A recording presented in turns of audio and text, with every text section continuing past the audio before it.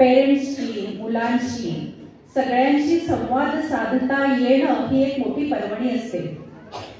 का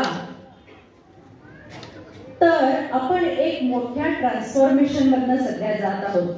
मी थोडं सगळ्या भाषेतनं मिक्स करून बोलायचा प्रयत्न करते.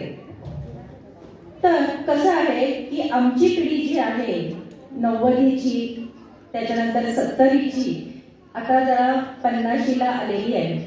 आमची मुलं तारुण्यात येत आहेत. जेन झी, जेन अल्फा हे सगळं आता ऐकायला मिळतंय. त्यांचे नवीन वाक्प्रचार ऐकायला मिळत आहेत. आणि आपण ज्या एका एरामधनं आलो आहोत, जेव्हा टीव्ही नव्हता, त्याच्यानंतर टीव्ही आला, त्याच्यानंतर मोबाईल आला आणि आता तर इंटरनेटनं सगळीकडे धुमाकूळ घातलेला आहे. आपण हे सगळं अडॅप्ट केलं. इथं आता तरुण आया आहेत, त्यांचे प्रश्न वेगळे असणार आहेत. तर याच्यामध्ये आपली संस्कृती अबाधित ठेवायची कशी? इतकं मॉडर्नायझेशन झालेलं आहे की झोमॅटो आणि स्विगी जवळजवळ प्रत्येकाच्या घरात आज ना उद्या, रोज ना रोज येतच असतात. येते की नाही? कोण स्विगी मागवत नाही, झोमॅटो करत नाही? जरा हातवर करा. त्यांच्या मुलींना ज्या 10 वर्षाच्या वरती आहेत, स्वयंपाक करता येतो, हातवर करा. स्वयंपाक म्हणजे काय फार मोठा नाही, एकच हातवर झालेलं आहे. आपण काय करतोय सध्या? मॉडर्नायझेशनच्या नावाखाली मुलांना शिक्षण देतोय, पण त्यांना आपण स्वावलंबी करत नाहीये, परावलंबी करतोय. माझी मुलगी टॉप मार्क्स मध्ये येते, माझा मुलगा सुपरफास्ट प्लेयर आहे म्हणून मी त्याला घरातलं काम लावत नाही. त्यांनी आपल्या एम वरतीच लक्ष केंद्रित करायला पाहिजे. छोटी मुलं ही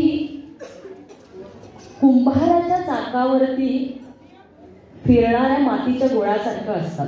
पटलं?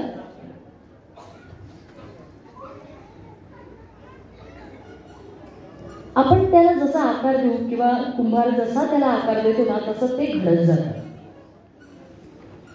आता आकार देणारा कोण? कुंभार. कुंभार म्हणजे आत्ताच्या जीवनातलं कोण? आई. आणि तो माती जी ती ठेवलेली असते चाकावरती, ती कोण? आपलं छोटं गुरु. आई हा सगळ्यात पहिला गुरु. आई जसं आपल्या मुलाला शिक्षण देईल लहानपणा, कारण आईची नाळच जोडलेली असते मुलाला. त्यामुळे मूल पोटात असल्यापासून, गर्भात असल्यापासून, मूल जन्माला येईल त्याला गर्भसंस्कार म्हणतो आपण. जे आपण गर्भात मुलाला संस्कार देतो ते गर्भसंस्कार. मूल जन्माला आल्यानंतर आई जे प्रत्यक्ष संस्कार देते ते संस्कार. आई जसं मुलाला घडवेल तसं मूल घडतं. पहिलं एक तुम्हाला गोष्ट सांगते. साने गुरुजी माहिती आहे सगळ्यांना? साने गुरुजी माहिती आहे. मला वाटतं मराठी पुस्तक वाचणाऱ्यांना बऱ्यापैकी माहिती असतील साने गुरुजी. माझं शिक्षण मराठीतून झालं, त्यामुळे मला मराठी बोलायला खूप आवडतं आणि खूप कमी वेळा मला मराठी बोलायला मिळतं. आज मी तो चान्स देते. साने गुरुजी अगदी लहान होते. त्यांची आई कोण? यशोदाबाई. अगदी लहान होते, 6-7 वर्षाचे होते. साने गुरुजींना श्याम म्हणत होते आणि त्यांची आई श्यामची आई म्हणून पुस्तक आहे आणि बरेच जण वाचतात. वाचलेलं असणार पुस्तक छोट्या छोट्या. जर आजी इथे असतील कोणा पाल्यांच्या तर त्यांनी ते गोष्ट सांगितली असते आपल्या मुलांना, आपल्या नातवंडांना. साने गुरुजी एकदा आंघोळीसाठी बाथरूमला गेले होते. बाथरूममधून आंघोळ करून बाहेर पडल्यानंतर ते आईला काय म्हणाले आपल्या? आई, जरा तुझं पदर खाली जमिनीवर पसरवतेस का? आई म्हणाली, का रे बाळा? नाही पसरव ना, माझ्या पायाला माती लागणार आहे, मी त्या पदरावरून चालत माझ्या घरात येतो. आई म्हणते ठीक आहे. त्यावेळी आई काहीच बोलली नाही. आईने पदर पसरला. साने गुरुजी श्याम छोटा श्याम तो चालत घरात आला. आपली पण मुलं हट्ट करतात ना, आई बघ माझ्या पायाला माती लागते, हाताला घाण लागली, म्हणजे तसं. आणि आला, शुभंकरोती झालं, दिवा लावून झाला, 7 वाजले, संध्याकाळची वेळ 3 सांजेची.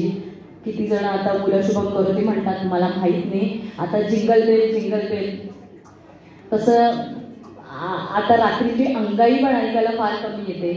मोबाईलवर आई अंगाई लावून पोरांना झोपवते. असं बरंच काही, म्हणजे मी माझ्या पेशंटकडून ऐकते ते मी तुम्हाला सांगते. आणि अशा वेळी शुभंकरोती झालं आणि त्यावेळी आई काय म्हणाली असेल श्यामला, बाळा सकाळी तू मला पदर पसर म्हणून सांगितलंस आणि त्या पदरावरून तू चालत घरात आलास. मी पदर पसरला, तू आलास, तुझ्या पायाला माती लागली तरी, पण ज्यावेळी तू हा विचार करतोस की माझ्या पायांच्या तळव्याला माती लागता कामा नये म्हणून आईने पदर पसरून मी त्याच्यावरून चालत जावं, तसंच तुझ्या मनालाही चिखल रूपी अविचाराने ग्रासू नये म्हणून तू कायम प्रयत्नशील राहा.